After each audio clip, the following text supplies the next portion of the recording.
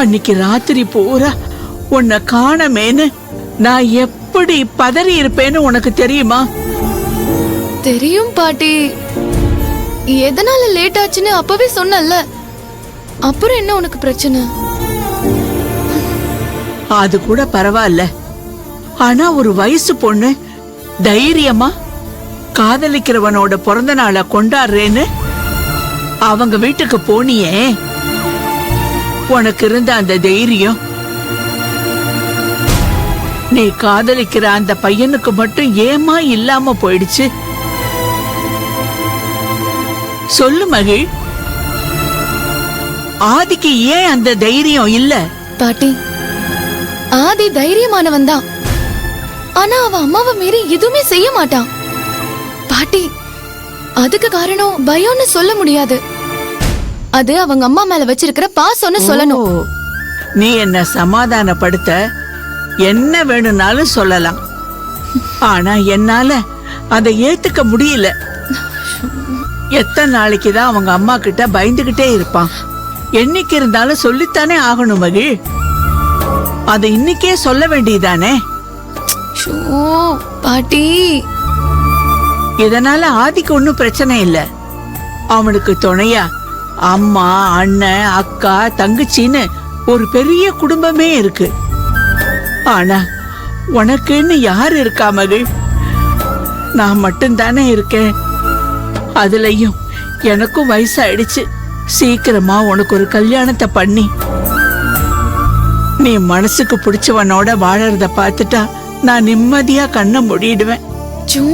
பாட்டி, நீ அவன் மேல இருக்கிற காதல்ல அவன் என்ன சொன்னாலும் பொறுமையா கேட்டுக்கிட்டு இருக்க. ஆனா என்னால அப்படி இருக்க முடியாது மகிழ். நான் ஆதி கிட்ட நேரா பேசி ஆகணும். ஆதி எப்ப உன்னை கல்யாணம் பண்ணிக்கிற ஐடியாவுல இருக்கான்னு அவங்கிட்டயே கேட்டாகணும். பாட்டி, ஆதி ஏற்கனவே அவங்க அம்மா கிட்ட பேச முடியலையேங்கிற வருத்தத்துல இருக்கான். இந்த நேரம் பார்த்து நாமளும் அவனுக்கு பிரஷர் கொடுத்தா அவன் என்ன பண்ணுவான்? பாட்டி, கொஞ்சம் பொறுமையாரு. கூடிய சீக்கிரம் அவன் பேசிடுவான். நீ என்ன நினைச்சு கவலைப்படாத பாட்டி. எதையாவது சொல்லி சமாதானப்படுத்து. சரி பாட்டி, எதுவா இருந்தாலும் அப்புறம் பேசிக்கலாம். நீ முதல்ல வா, சாப்பிடலாம். வா பாட்டி, வா வா வா.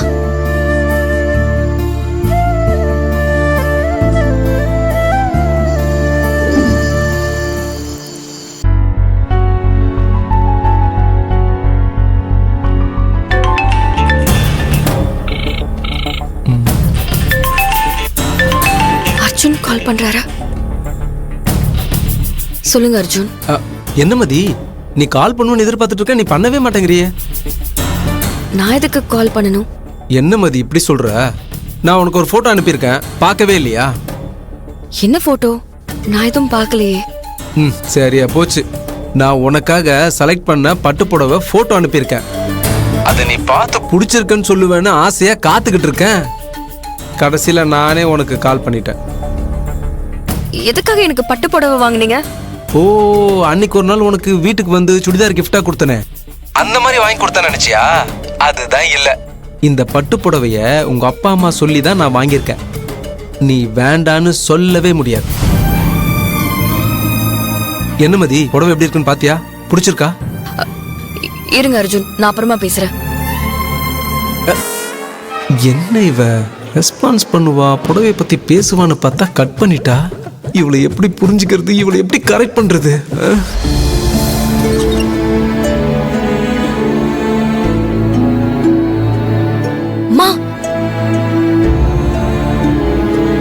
அர்ஜுன் கிட்ட எதுக்கு எனக்கு பட்டு புடவை வாங்க சொன்ன?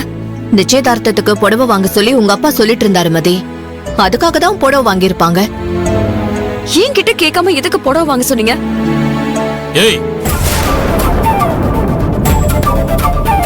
உன்கிட்ட எதுக்காக கேட்கணும்? நான் தான் ஏற்கனவே அர்ஜுன் வீட்டுல வர சொல்லி நிச்சயம் பண்ண போறேன்னு சொல்லிட்டேனே, அப்புறம் என்ன புதுசா கேக்குற? இத பாரு, நாளைக்கு உனக்கும் அர்ஜுனுக்கும் நிச்சயதார்த்தம். அதுக்கப்புறம் எவ்வளவு சீக்கிரம் முடியுமோ அவ்வளவு சீக்கிரம் கல்யாணத்தை முடிக்கணும். நாளைக்கு நீ ஆஸ்பத்திரிக்கு போக வேண்டாம், லீவு போடு.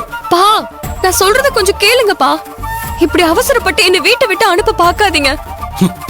ஏற்கனவே முடிவு பண்ண மாதிரி இன்னும் என் கல்யாணத்துக்கு நாள் இருக்குல்ல, அது வரைக்குமாவது கொஞ்சம் பொறுமையா இருங்கப்பா. எதுக்காக பொறுமையா இருக்கணும்? அதுக்குள்ள வேற ஏதாச்சும் பிளான் போட்டு வச்சிருக்கியா? நீ பொறுப்பா வீட்டுக்கு அடங்கி இருந்திருந்தா நானும் பொறுமையா தான் இருந்திருப்பேன். ஆனா நீ அப்படி இல்லையே. எப்ப ராத்திரி நேரத்துல திருட்டுத்தனமா வீட்டை விட்டு போனியோ அப்பவே நான் முடிவு பண்ணிட்டேன். நான் சொன்ன மாதிரி கண்டிப்பா நாளைக்கு நிச்சயதார்த்தம் நடக்கும். ஒழுங்கா லீவ் போட்டு வீட்டுல உட்காரு.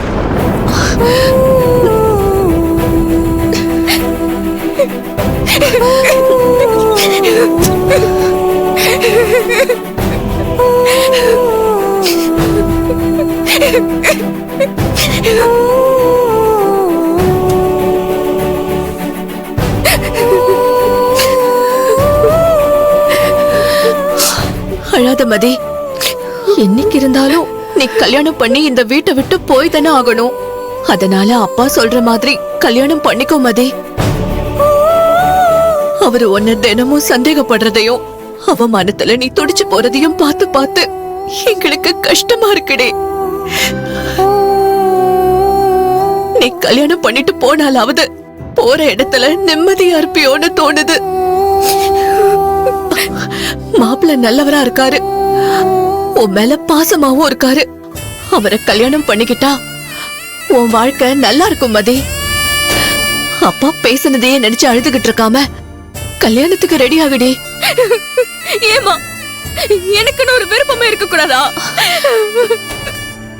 எல்லாத்தையும் நீங்களே டிசைட் பண்ண எப்படிமா? நினைச்சா லீவ் போடுன்னு சொல்றீங்க, நினைச்சா நிச்சயதார்த்தம், உடனே கல்யாணம்னு சொல்றீங்க. இதெல்லாம் ரொம்ப தப்பா இருக்குமா? என்னோட மனசுல என்ன இருக்குன்னு யாருமே கேட்க மாட்டீங்களா? நான் கேட்டு என்னடி பண்ணுவேன்? நானா எதுவுமே பண்ண முடியாதுடி. உங்க அப்பாவோட பிடிவாதத்தை பத்தி உனக்கு தெரியாதா? அவரு நினைச்சது நடக்கணும்னு வாரு.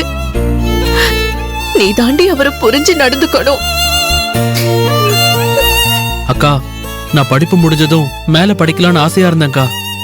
ஆனா நீ கல்யாணம் பண்ணிட்டு போனதுக்கு அப்புறம் எனக்கு யாருக்கா சப்போர்ட் பண்ணுவா? படிக்கணுங்கிற என்னோட கனவு கனவாவே போயிடும்க்கா. பரவாயில்லக்கா, நீயாவது கல்யாணம் பண்ணிக்கிட்டு போய் நிம்மதியா இருக்கா. நான் அடுத்த வருஷம் படிப்பு முடிஞ்சதும் ஏதாவது ஒரு வேலையை தேடி குடும்பத்தை பாத்துக்கிறேன்க்கா. அப்படி சொல்லாதடா விக்கி. நீ மனசை தளர விடக்கூடாது.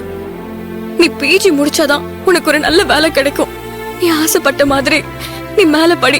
அக்கா எங்க இருந்தாலும் உனக்கு சப்போர்ட் பண்ணுவேன். என்ன நம்பு விக்கி. சரிக்கா.